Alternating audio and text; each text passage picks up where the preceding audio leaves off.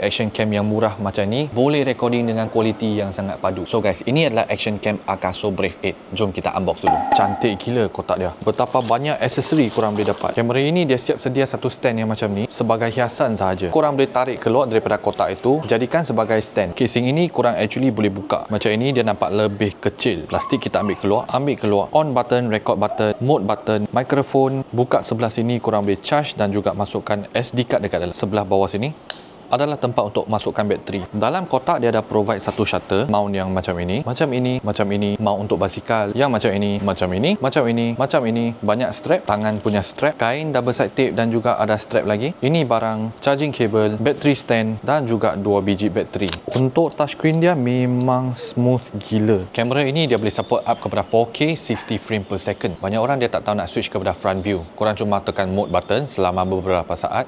Sekarang ni dia dah boleh tukar kepada front view. So settingnya pun simple, korang just swipe down ataupun swipe naik untuk pilih frame rate. Swipe sini korang boleh pilih di antara auto, manual. Swipe macam ini untuk tengok balik playback korang. Lepas tu korang swipe macam ini untuk pilih video, time lapse video, hyperlapse dan macam-macam. Ada slow mo lagi, ada photo mode lagi. IPX8 10 meter waterproof. Untuk time lapse korang boleh support sampai 8K dan untuk slow mo nya boleh up kepada 16x. Metering pun korang boleh set center metering, average metering dan juga spot metering. Untuk image distortion pun korang boleh turn on dan juga off. Dan dia boleh jadikan dashcam untuk kereta. Kalau korang pernah pakai pre-recording macam kamera lain, dekat action cam Akaso ini mereka juga ada pre-recording.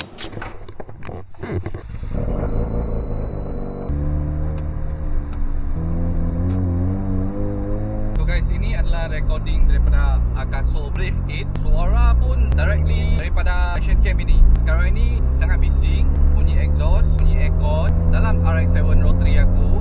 So korang judge sendiri dia punya suara macam mana. Recording aku cuma pakai auto, semua standard profile, tak ada adjust apa-apa. Tapi sharpness aku bagi kosong saja, macam ini saja. Tak ada edit apa-apa. So sekarang kita tukar angle. Budget punya action cam tak mahal daripada RM1,000. Nak record tepang track, ini sesuai untuk korang lah. Aku letak 4K 60 frame per second.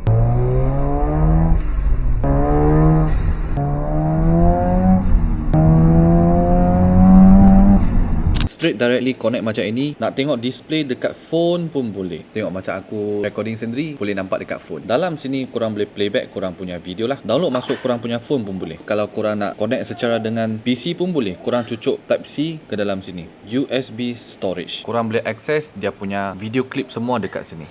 Korang betul-betul nak jimat, boleh support 4K 60 frame dan ada banyak function. Bagi saya Akaso Brave 8 ni korang boleh cuba.